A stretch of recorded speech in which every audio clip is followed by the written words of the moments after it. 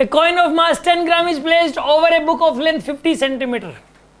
Book है, कितने की बुक है ये, लेंथ कितनी है इसकी 50 सेंटीमीटर। ये 50 सेंटीमीटर की है ये बुक, ये 50 सेंटीमीटर ऐसे, ठीक। पहले ऐसे रखी हुई थी, इसके ऊपर एक कॉइन रखा हुआ था ऐसे। कॉइन है किसी के पास? कॉइन ही दे दो।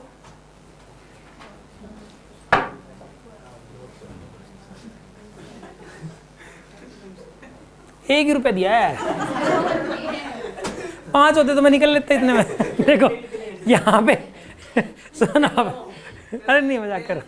देखो आप यहाँ पे जो है ना, यहाँ पर इसके अंदर ना ये बुक है, 50 सेंटीमीटर लंबी बुक है। कोई नहीं दिख रहा क्या? ये किसी काम का नहीं है। लो भाई देखो इसके अंदर जो है ना, नहीं ज़्यादा नहीं है, एक ही बस बहुत है। ये देखो ये कॉइन मान लो, ये कॉइन है, अब दिख रहा है। अब सुनो, इसको कॉइन मान लो।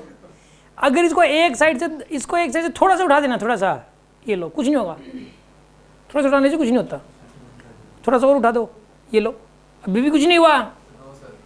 थोड़ा और उठाओ, कुछ नहीं हुआ।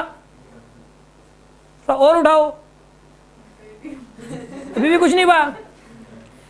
एक टाइम आएगा ये चलने की कगार पे आ जाएगा और चलने वाला को जस्ट चल पड़ेगा। देखना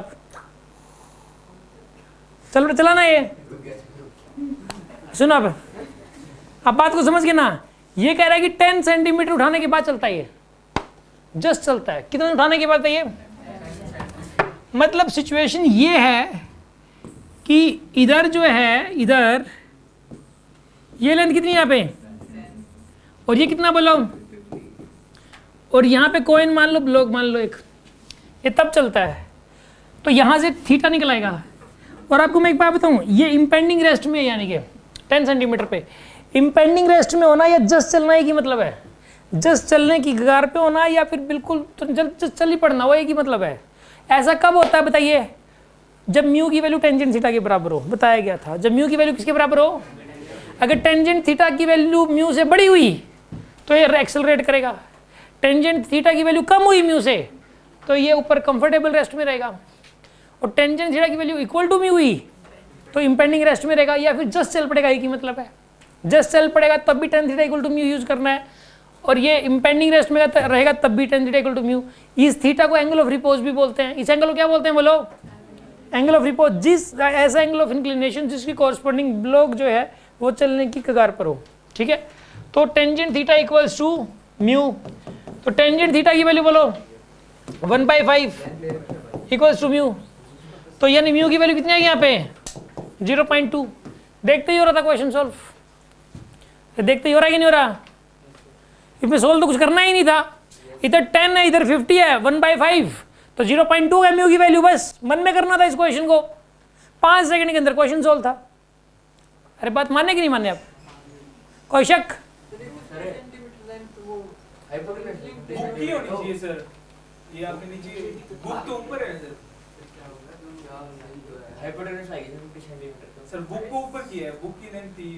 ये बात सही है। कोर को भाई रही आंसर क्या दे रखा है इसका?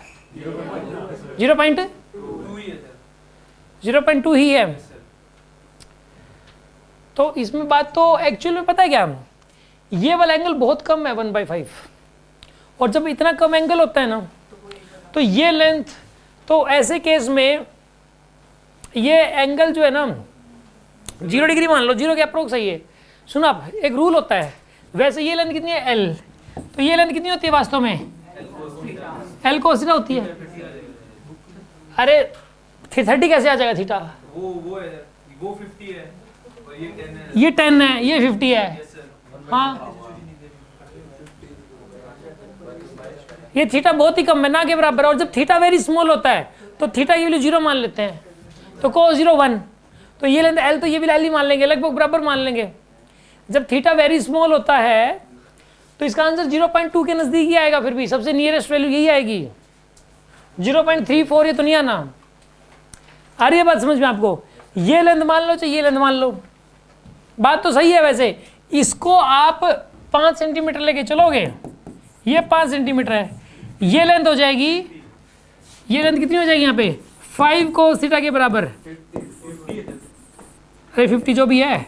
अब आप cos 0.2 की वैल्यू देखो कितनी होती है, कॉस 0 पॉइंट नहीं सॉरी रुको, ये थीटा 0.2 थीटा नहीं है, सुना रुको टेंजेंट थीटा की कोस थीटा नहीं है। देखो टेंजेंट थीटा की वैल्यू कितनी यहाँ पे 0.2, टेंजेंट थीटा की वैल्यू कितनी यहाँ पे बोलो, टेन थीटा की वैल्यू 0.2 है ना, तो थीटा की वैल्यू क्या होनी चाहिए, ठीक है ना। आप सर्च करो इस चीज को, what is the theta for tangent theta equal to 0.2, what should be the value of theta for tangent theta is equal to 0.2।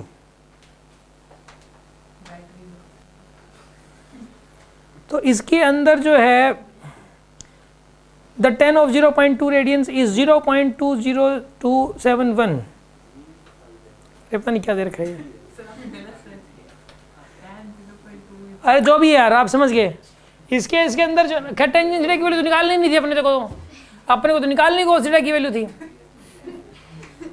ठीक है ना। टेंजेंट वैल्यू निकालनी नहीं थी इसमें।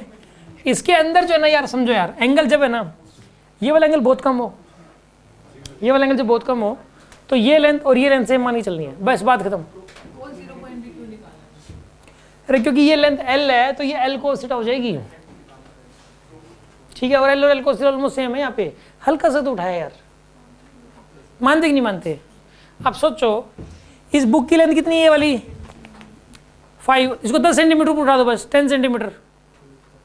तो यार एक बात बताओ, नीचे ये लेंथ उतनी रहेगी लगभग, ठीक है, समझ गए आप।